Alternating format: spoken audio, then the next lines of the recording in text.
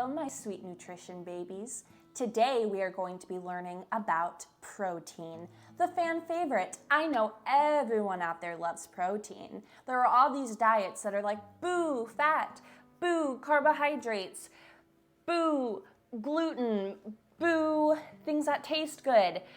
But very rarely do you see a diet that says, boo, protein, ew, we hate protein.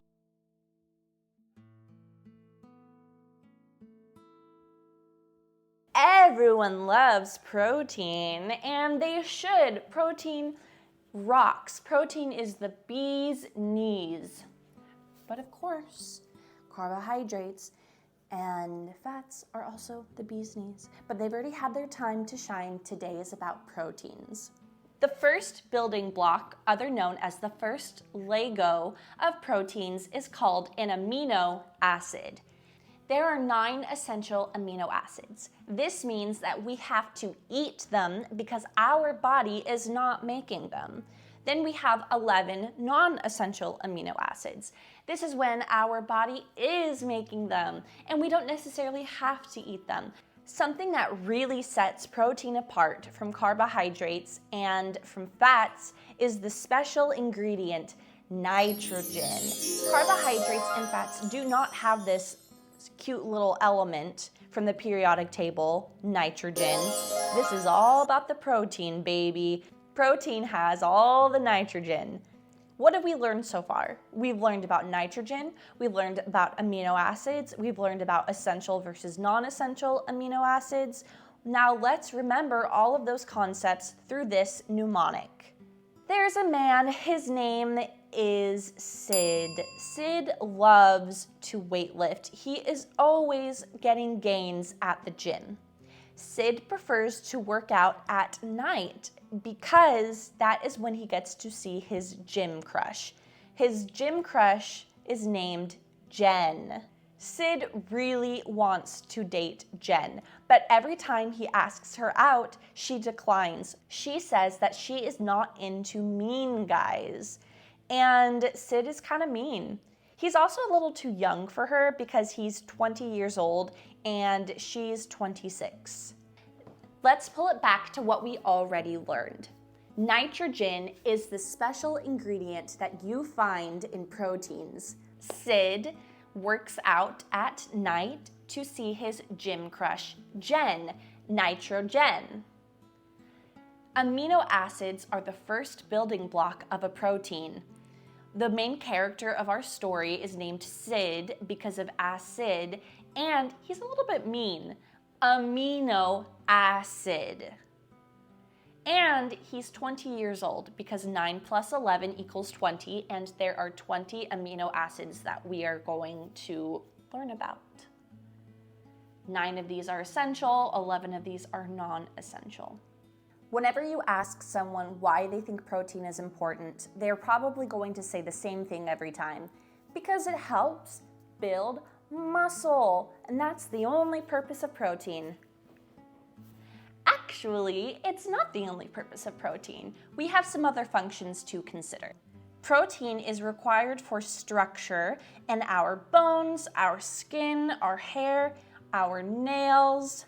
Protein makes up our hormones, our enzymes, our antibodies. Protein is required to keep fluid balance in your body and acid-base balance, and protein is a tool to transport other things throughout your body. And if you're not eating enough carbohydrates, protein can also be used as a source of energy through the process of gluconeogenesis when proteins are converted to carbohydrates in the body to be used as energy. Let's talk some more about the amino acids, the essential and the non-essential. There are 2 types of dietary sources of protein, complete and complementary. A complete protein is a food that contains all 9 amino acids. This would be our animal sources of protein, like drinking milk, or eating chicken, or eating fish. And complete proteins also exist in the form of soy protein, which is actually a plant source. The other plant sources of dietary protein are going to be referred to as complementary proteins, not complete proteins. And that is because they need to link up with another dietary source of protein in order to complete one another. For example, peanut butter may say it has protein on the label, but that protein is not going to be accepted by your body unless it is paired with wheat bread, because the wheat bread contains whatever amino acid or acids are missing from the peanut butter, and the peanut butter contains what's missing from the wheat bread. They complement each other. Another classic example would be rice and beans. You can even achieve this complementary protein effect by pairing these plant sources of protein with an already complete protein, like eating chicken with brown rice. Our body does so much for us, but sometimes, I'm not gonna lie, it's a little bit persnickety. It's a little bit sassy, especially when it comes to the creation of new materials out of the protein that you've ingested. This happens in the liver. As different things are created, pulling from this bucket of amino acids, if you did not consume a complete protein, or you didn't consume the complementary sources of protein, and you are missing essential amino acids in your body because they were not consumed in the diet, you are gonna have some problems. Your liver will literally halt production of whatever new protein structure it was creating out of the amino acids you did consume if you are lacking in the amino acids that it needs to finish the project. Wow, this is really coming together. It's just so rewarding making new protein structures out of amino acids. And I'm so close to being done. Just gotta add that histidine. Personally, one of my favorite amino acids. That's weird. I'm not seeing any histidine in here. Did my human not eat histidine?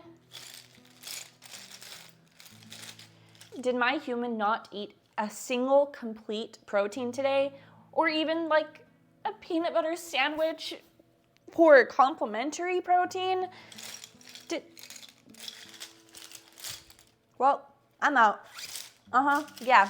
Yeah, I know it's not finished. But what do you want me to do about it? I can't finish it without histidine. Thank you so much for being here. If you want more, please like and subscribe for other tasty videos. You are so smart. You are so capable. Learning can be hard, but you're here, you're doing it, and I am so proud of you.